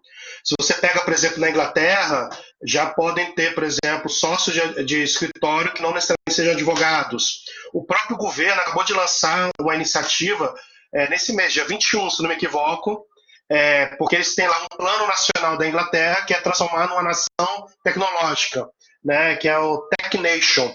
E aí, dentro das vertentes do Tech Nation, eles têm a vertente Law-Tech.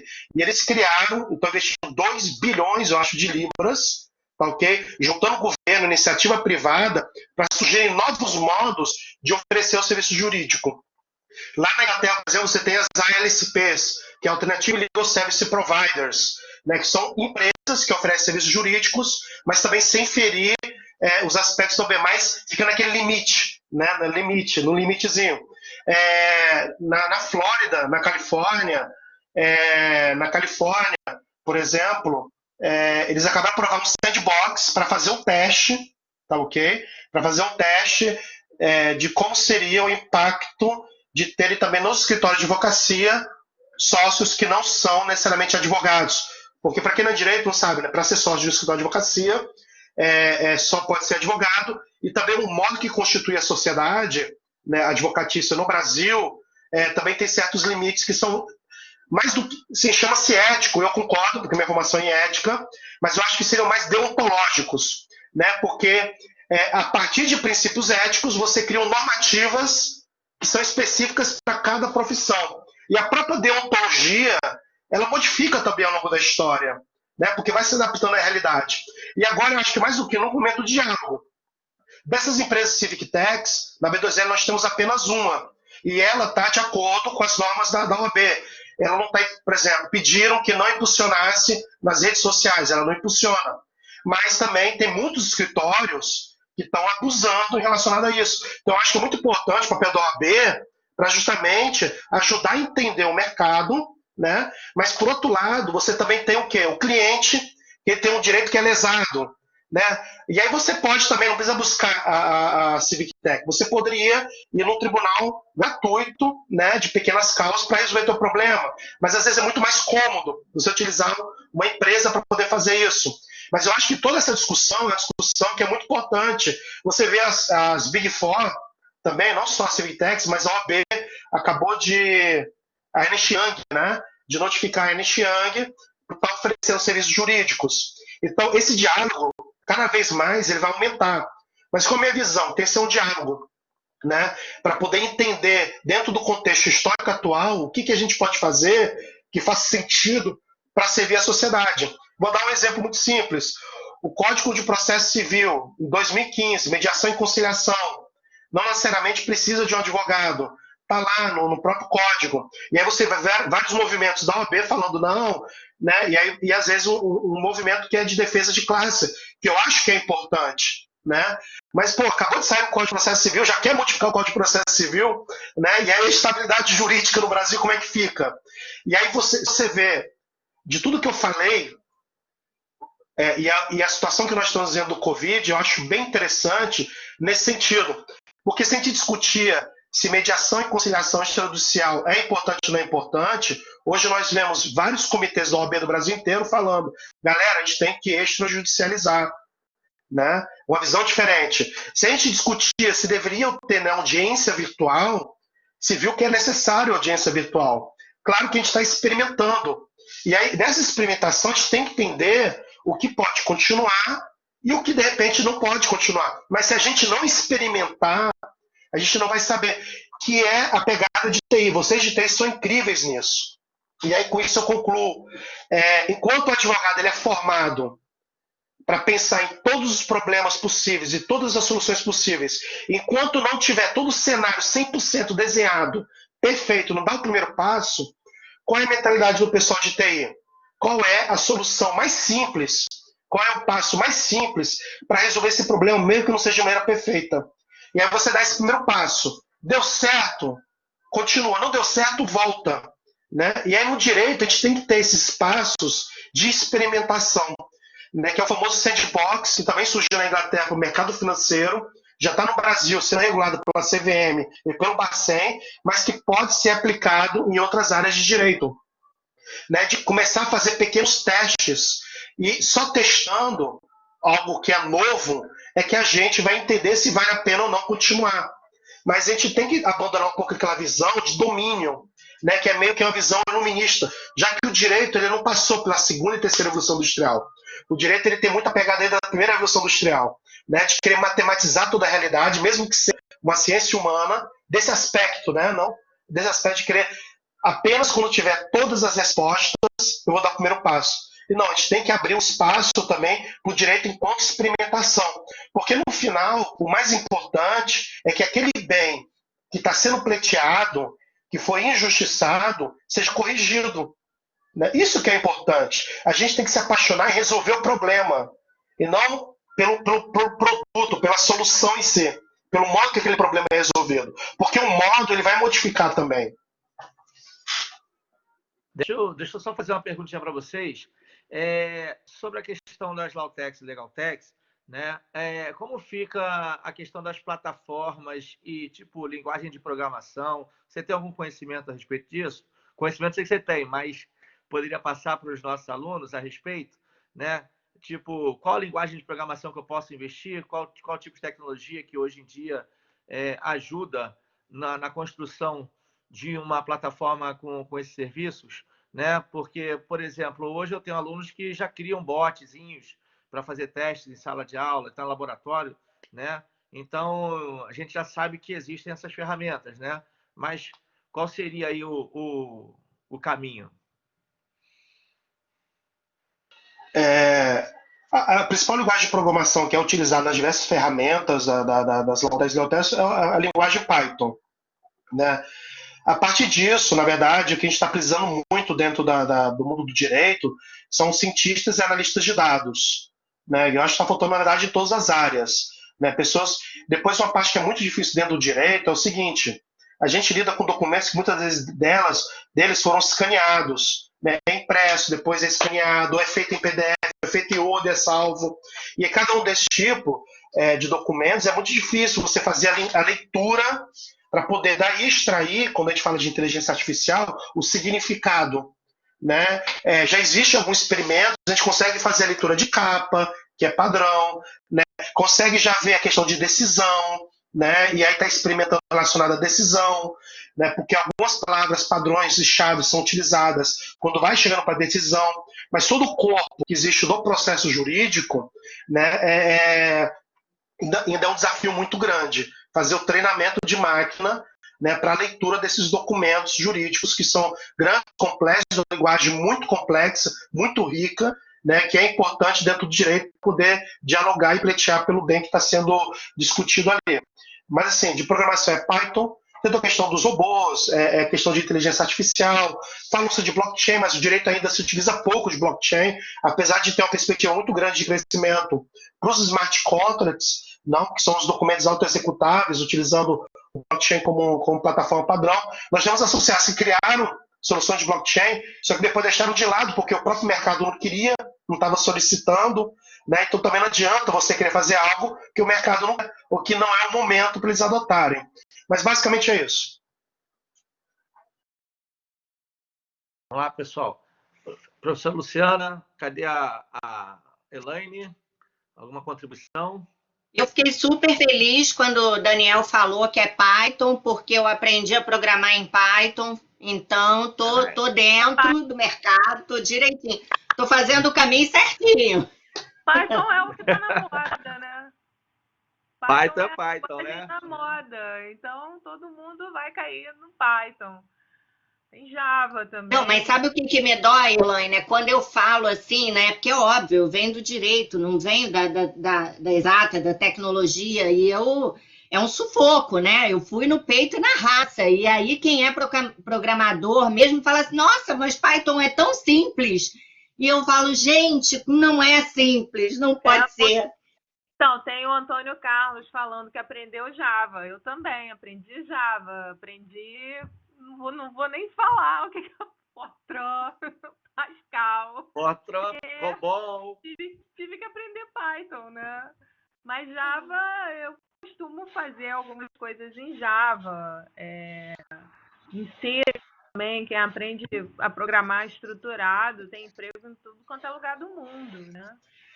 Agora, Python, sem dúvida, é o que tem para hoje.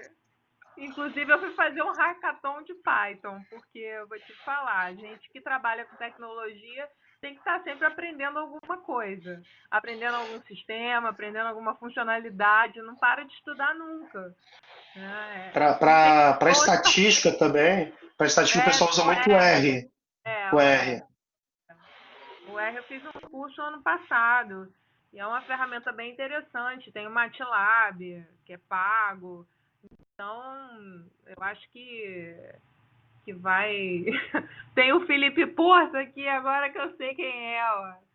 Que o pessoal do direito tem que conhecer Latour. Eu acho que todo mundo tinha que conhecer Latour. Vocês conhecem Latour? Não, então, Bruno Latour... Eu já tenho medo. Pela colocação dele e a sua forma de falar, eu não conheço, mas já tenho medo. Não, o que acontece com o Bruno Latour? Bruno Latour agora está na moda, né? Com a questão da pandemia, ele trouxe uma temática, a questão da natureza, né? E da sustentabilidade.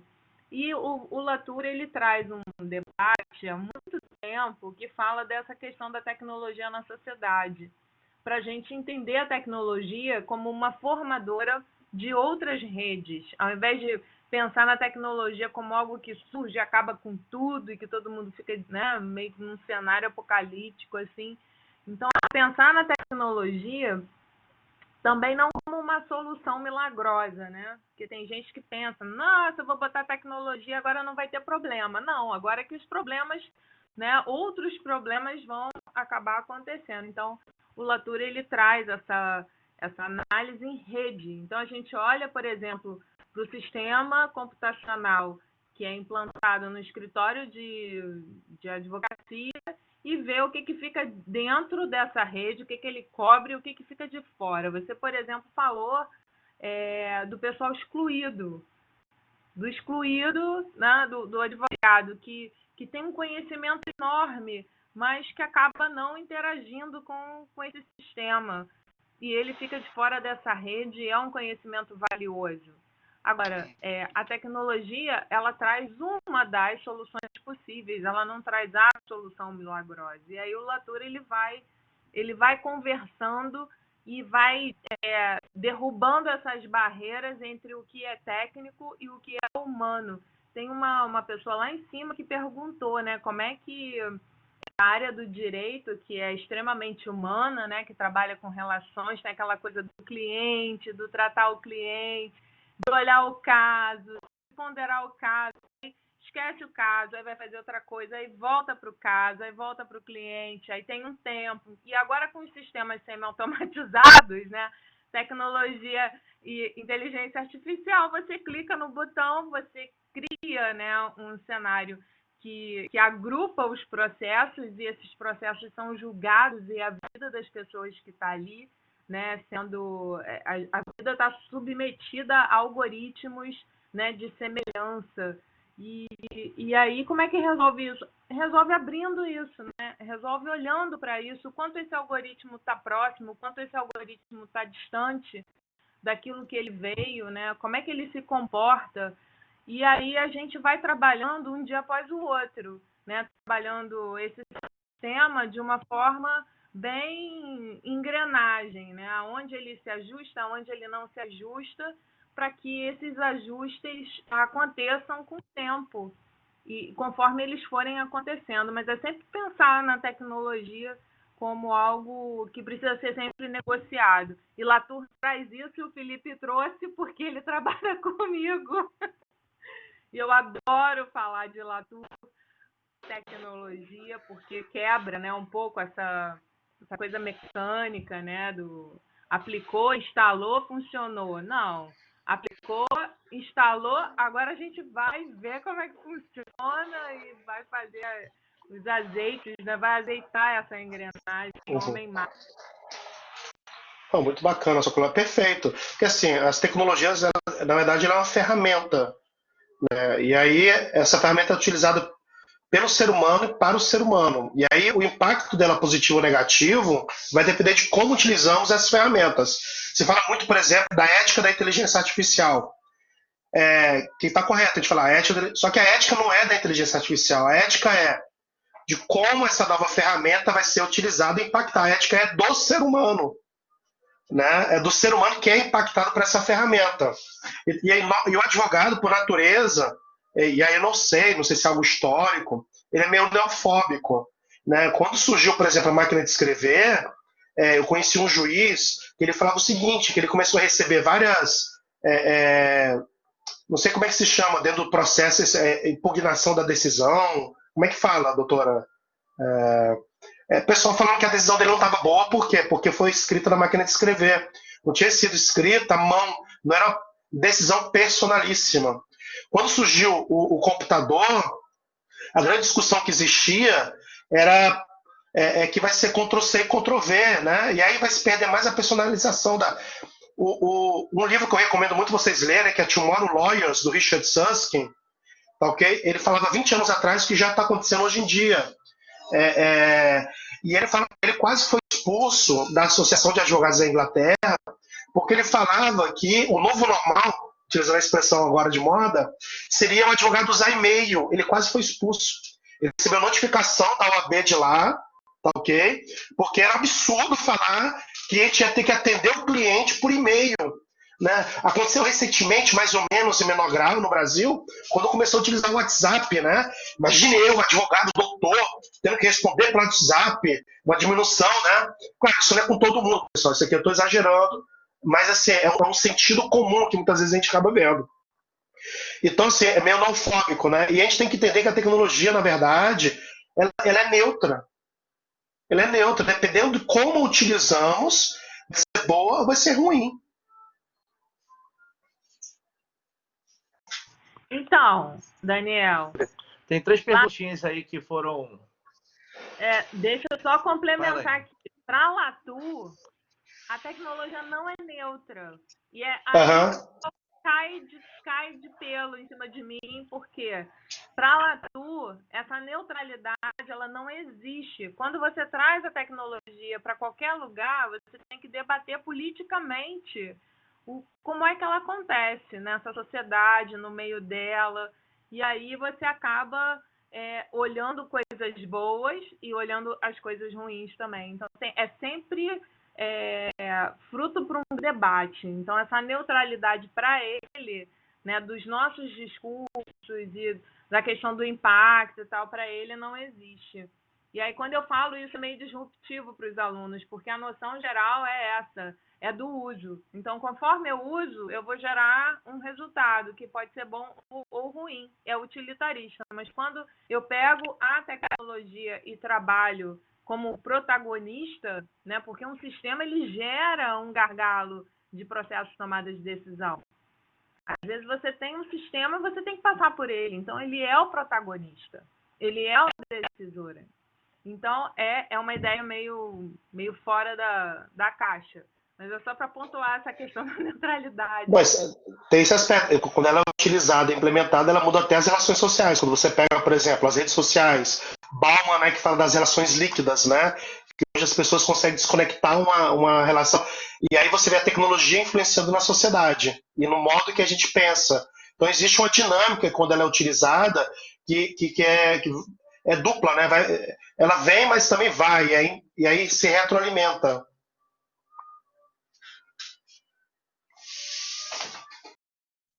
Perguntinhas aqui que o Miguel colocou de volta para a gente tentar pontuar, para não deixar ninguém passar, né? De trás para frente vem a Data Science da Usana, né? Que perguntou sobre a Data Science, já se encontra muito presente no direito. Acho que a gente até já falou a respeito, né? Sobre a questão da ciência de dados. Ela se encontra bastante, mas eu acredito também que ainda falta muita coisa, né? Acho que vocês podem contribuir com isso aí. Não, assim, em alguns tribunais, por exemplo, o Supremo tem um projeto fortíssimo, o Supremo em Números, que eles têm lá um time de cientistas de dados. O Tribunal do Rio já tem projetos piloto. Alguns grandes escritórios que investem pesado na automatização de seus processos, seja com ferramentas de OCR, download automatizado, que parece, para quem é da área, muito pouco para quem é de TI, mas para quem é advogado já é uma inovação enorme. Então, a gente já vê isso presente, sim, mas como o Eduardo falou, muito aquém do que poderia ser e representando ainda um benefício para o advogado e para a parte muito pequeno, considerando a exponencialidade que isso pode oferecer. Está sendo muito utilizado, ainda falta ser aplicado cada vez mais, e nós precisamos de profissionais de data science dentro do direito. Mas já tem vários cases, né? Só que às vezes não é tão falado. Então, por exemplo, o próprio associado nosso, da Datalauer, ele está monitorando todos os processos trabalhistas, e os dados dele estão melhor do que o próprio CNJ, porque só agora o CNJ, depois de um mês, colocou uma categoria do Covid-19 como causa trabalhista. E aí já é 1 bilhão, né, de valor de causa trabalhista, que corresponde a 20% dos processos.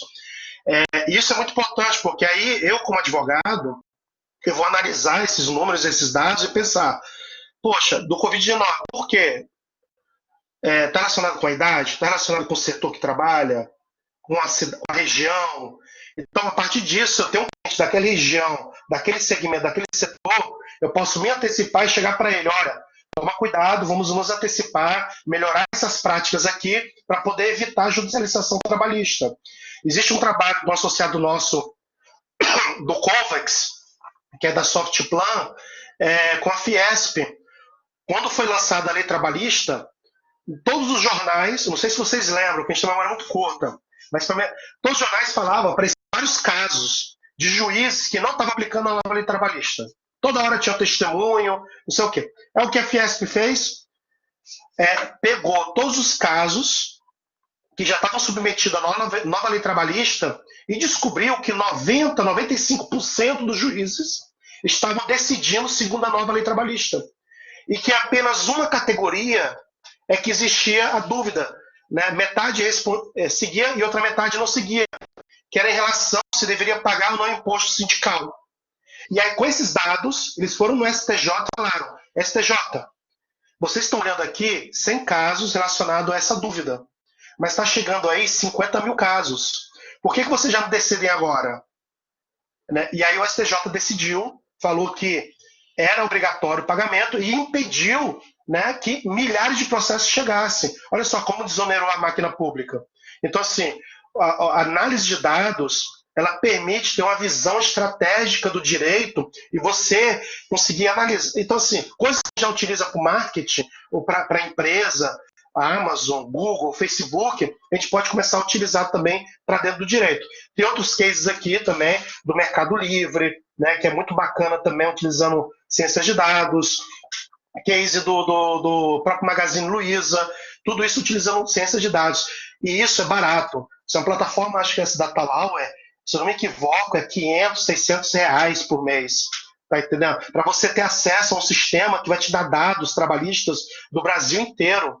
Então, assim, hoje em dia, a tecnologia ela permite você ter acesso, né, às Lautecs, a certas informações, dados e ferramentas que antigamente só os grandes escritórios e bancas teriam dinheiro e condições de ter acesso.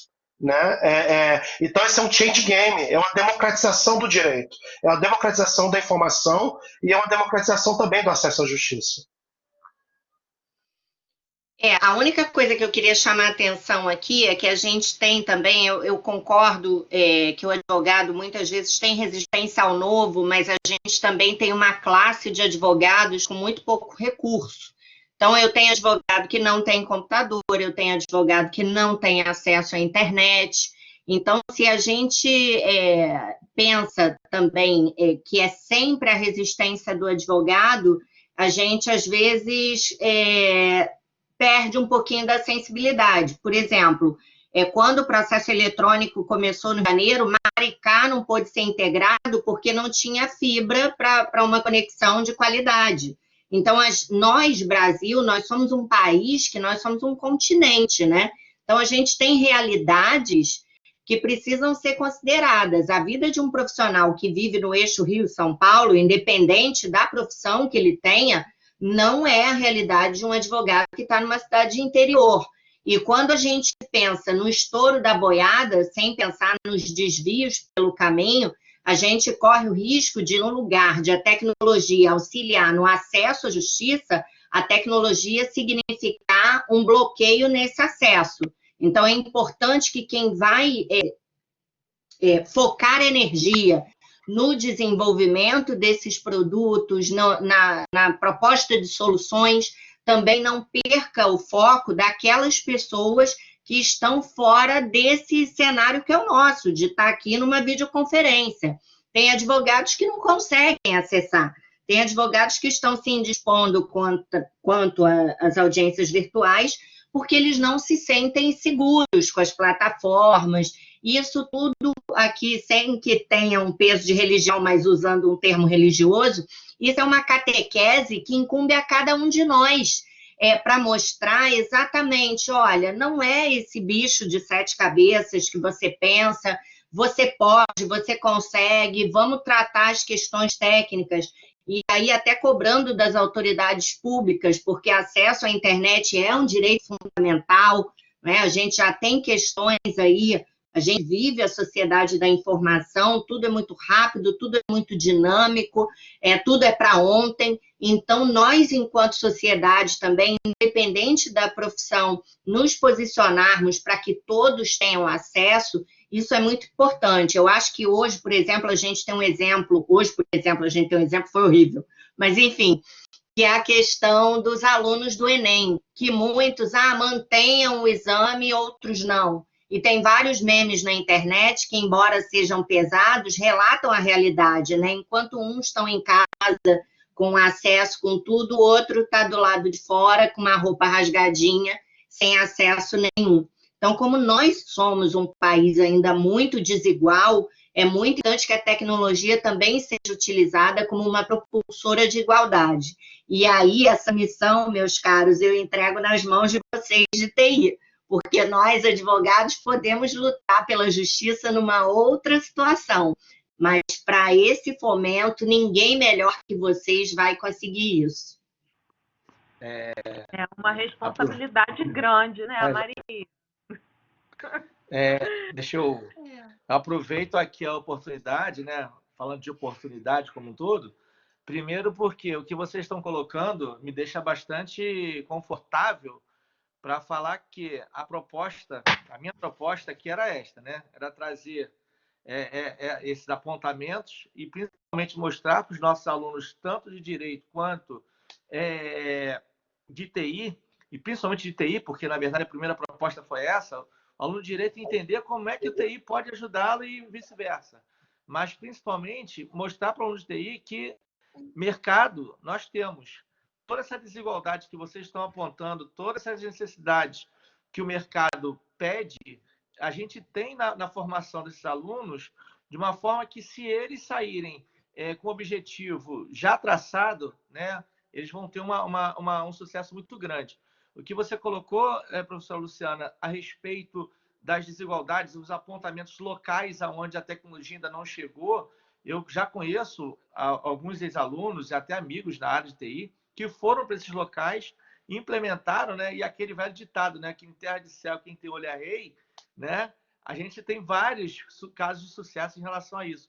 Então é importante verificar que não adianta ficar focando na estabilidade da empresa grande, aquilo tudo, né? Não adianta também ficar focado no vou ser empreendedor. Não, é montar parcerias, é montar estudos e principalmente pesquisa, principalmente estudar. Hoje eu ouvi vários assuntos aqui que me deixaram assim, tipo assim, ainda preciso muito entender algumas coisas. E isso é bastante importante, tá certo? Então, eu agradeço bastante aí esse primeiro momento. Tá? Pode falar, Elaine, desculpa, cortei sua fala. Não, estava brincando com a Maria. Ela chamou a responsabilidade para fazer, né, do pessoal de TI para fazer a inclusão, né? E eu achei bacana isso, porque realmente é uma preocupação que precisa, né? Que todo mundo precisa ter. Acho que também de todas as áreas, né? Dessa coisa da comunicação, né? Do pessoal do direito também sair um pouco dessa... Porque é uma comunicação diferenciada. Eu sinto muito, né? Eu sinto isso na lida com os meus pares de pesquisa e eles dão bastante risada de mim também, porque quando eu começo a falar coisas, né, é outro dialeto, mas está todo mundo falando português. E eu acho que o pessoal também de TI tem que fazer esse esforço, né? Parar de falar em código, né, em sigla, e pensar nesse perfil mais humano, né? Numa interface mais amigável. É isso. Mais alguma coisa, pessoal, que a gente poderia acrescentar aí né? Porque a questão que o Lousada colocou aqui uma mensagem. Peraí, Lousada é o nosso decano. Então, se ele falar, a gente tem que parar para ver. Deixa eu ver onde é que foi. Não foi aqui não, peraí. Foi outra informação? Perdi, Lousada? Perdi aqui onde é que o Lousada colocou a informação. Mas o Lousada é o nosso professor. A Lousada quer falar? Pode falar, Lousada. Levantou a mão, hein? Lousada? Eduardo, tem que colocar ele como moderador, apresentador, para ele poder falar. Já coloquei, tá? Só você consegue. Lousada, Oi, pode falar. boa noite a todos. Estão me ouvindo bem?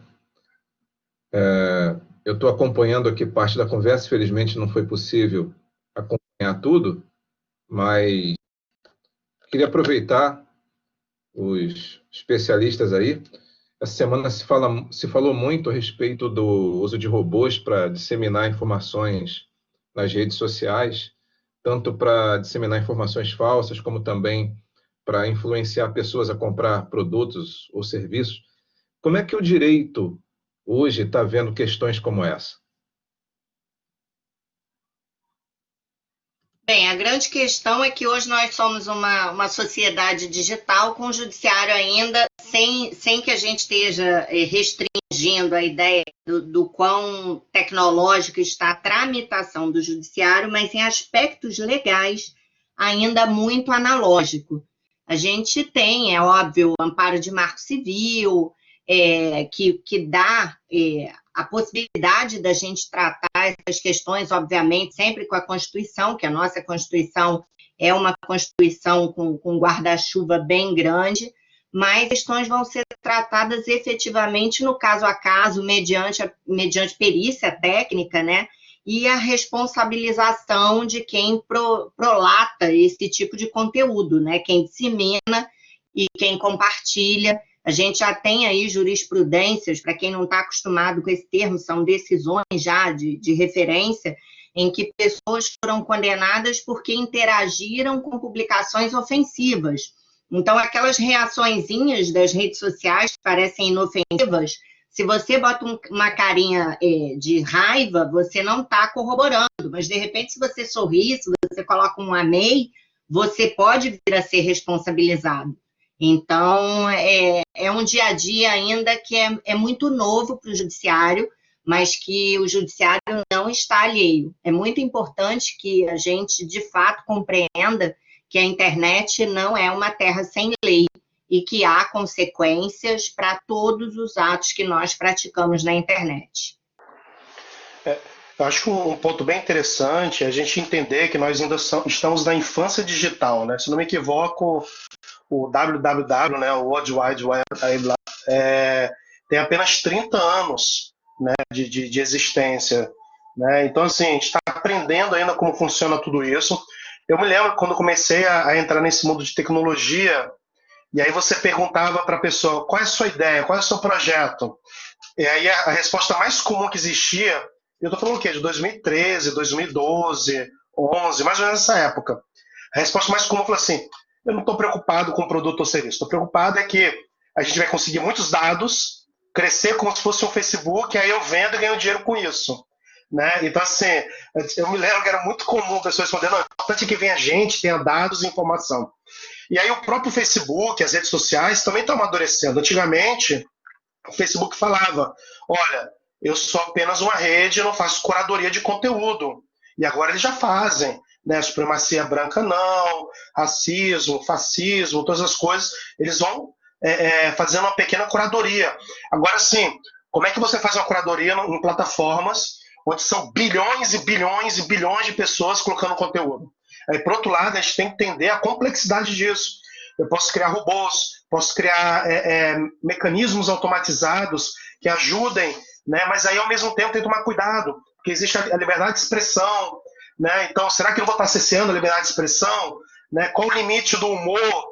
Né? É uma discussão que pode ser até paralela a isso. Né? Qual o limite? Existe um limite para a liberdade de expressão ou não? Né? Então, tudo isso é muito novo. E o bacana é que a gente está vivendo isso e aprendendo junto. Né? E agora que está sendo construído, né? Todas essas jurisprudências, essa doutrina, essas leis. Eu posso aproveitar, Edu? Só para aproveitar o gancho dele. Claro. O Twitter, hoje saiu no jornal, o Twitter tomou uma atitude em relação a uma fala do Trump. Né? Nós ficamos sabendo que o Twitter fez essa regulação e que o Trump estava cogitando em tomar providências em relação a essa empresa e cancelar, mandar suspender. Não sei se vocês viram hoje de manhã. O Twitter, o Trump acusou o Twitter de fazer uma curadoria do conteúdo, disse apenas de um espectro político. Né? Não estou discutindo política nem nada, nem quero entrar nisso. Mas ao fazer esse comentário, e aí falou que Trump tomaria algum tipo de medida. E ao fazer isso, as ações do Twitter caíram em quase 6%, né, também. Esse é um desafio muito grande, né? Porque assim, se você faz uma curadoria humana, é um ser humano que está ali curado, e ele tem todo uma bagagem filosófica, de vida, política, social, e aí tem aquela dimensão do viés. Eu acho muito engraçado as discussões que existem do viés da inteligência artificial. E aí, quando você vai estudar profundamente, os viés da inteligência artificial, na verdade, é o viés do dataset que é imputado, né? Dos dados que são imputados. É o viés da sociedade que está na inteligência artificial. Então, tudo isso é o que a gente está aprendendo agora na marcha. É que nem vamos pensar o exemplo do carro, né? Quando o carro surge, qual era o paralelo do carro? O paralelo do carro era o cavalo. Criança pode andar de cavalo. Né? Então, criança pode dirigir carro? Qual é a velocidade? Então, existiam, né, na época, pessoas que iam com red flags na frente dos carros para espantar os cavalos, para o carro não atropelar o cavalo. Então, assim, a gente vai entendendo, né, como é que funciona o modelo. Agora, um desafio muito grande para o direito é esse. Como é que você regula numa sociedade onde a tecnologia cada vez é mais rápida? Né? E aí, se você seguir os padrões normais de regulação do direito, aquela tecnologia de repente é mais nem necessária. Né? Porque surgiu, foi implementado, viu que não fazia sentido e acabou. Isso está surgindo dentro do direito, que é o modelo experimental de regulação, que é o sandbox. Né? É um novo modo de regular as tecnologias. E que vai ajudar também o surgimento para você também inovar, não matar a inovação através da regulação, mas ao mesmo tempo tomar cuidado com os impactos negativos na sociedade. Então, como é que você faz isso? Através desse modelo que é o modelo sandbox de regulação, que aí seria um outro tema. Bem, eu vou agradecer aqui, antecipando, porque o nosso horário, né, a gente já avançou bastante, o papo está maravilhoso. Eu não quero parar, não, mas como eu sei que a ferramenta pode derrubar, né, a nossa conversa, então já gostaria de pedir aqui, em nome do Daniel, inclusive gostaria que o Daniel também falasse a respeito, Daniel Oliveira, né, nosso coordenador, tá? No primeiro momento, agradecer a presença do Daniel Marques, da Elaine e da professora Luciana, né, que eu já venho acompanhando o trabalho dela e as entrevistas que ela vem fazendo aí ao longo do tempo, né, sobre a questão da proteção de dados, sobre a questão do TI com direito, né? Então, já venho acompanhando bastante tempo. E quando eu tive o prazer de tê-la como indicada pela professora Silvia, foi maravilhoso. Tá? O Daniel, a gente já é parceiro pela B2L e a Elaine também, então fechou, encaixou bem essa parceria. O tema é muito importante e a gente acaba se empolgando, né? E eu queria poder continuar mais falando com vocês. Quero até que aconteça isso. Mas com medo da ferramenta derrubar a nossa conversa, eu já venho aqui agradecer e que a gente possa continuar conversando. Daniel, você pode falar alguma coisa? Então, pessoal, queria agradecer aí a presença dos nossos convidados aí, a Maria, o Daniel e a Elaine. Muito obrigado aí por terem aceitado o convite aí, de participar com a gente, trazer bastante conhecimento e de uma coisa que é muito... que a gente fala muito no meio da computação em sistemas de informação e nas disciplinas de análise, que é a interdisciplinaridade. A gente conectar, porque nós da computação, a gente quase nunca a gente é o fim, a gente é o meio, né? Então, hoje a gente trocou muita ideia sobre um tema onde nós da tecnologia somos um meio, né, para o fim, que é o direito, que é uma relação aí que atualmente só cresce e é onde a gente vê muita coisa de inovação disruptiva mesmo acontecendo, né? Porque isso está revolucionando as formas como as pessoas se relacionam, está mudando a forma como a gente tem capacidade computacional para processar diversos dados e tudo mais. Quero também fazer um agradecimento especial ao Eduardo, que trouxe esse debate a gente aí, mediou aí muito bem. Obrigado, Eduardo, aí também pela tua mediação e por ter trazido esses convidados aí para contribuir com a gente. Pessoal, é isso então, Eduardo. Aí a gente agora, assim, eu acho que ficou muita coisa que a gente ainda pode fazer uma segunda rodada. Se vocês toparem, a gente combina uma segunda rodada aí para a gente voltar a conversar, né? A gente teve aí bastante gente interessada hoje, né? Fica aberta a palavra aí para vocês. Bem, eu fico à disposição, a hora que vocês quiserem conversar. É claro que eu também não tenho aqui, não posso ser leviana, não trabalho com todos os assuntos que conjugam direito e tecnologia, mas dentro da minha humilde estrada profissional, será uma honra colaborar para a gente disseminar informação, disseminar oportunidades, né, para que as pessoas observem que, apesar do momento que a gente está vivendo, tem muita coisa para acontecer e a inovação ela é fundamental.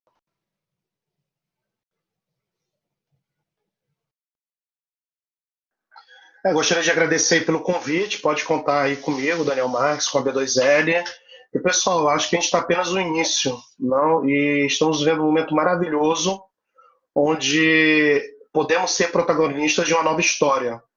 Basta a gente querer, basta a gente nos esforçarmos, né, também para isso, né, e tem muita gente boa querendo ajudar, né, está vendo mais do que nunca uma verdadeira vivência de rede, de colaboração, de entrega, de doação, e que é muito importante nessa nova sociedade que estamos construindo. Muito obrigado a todos.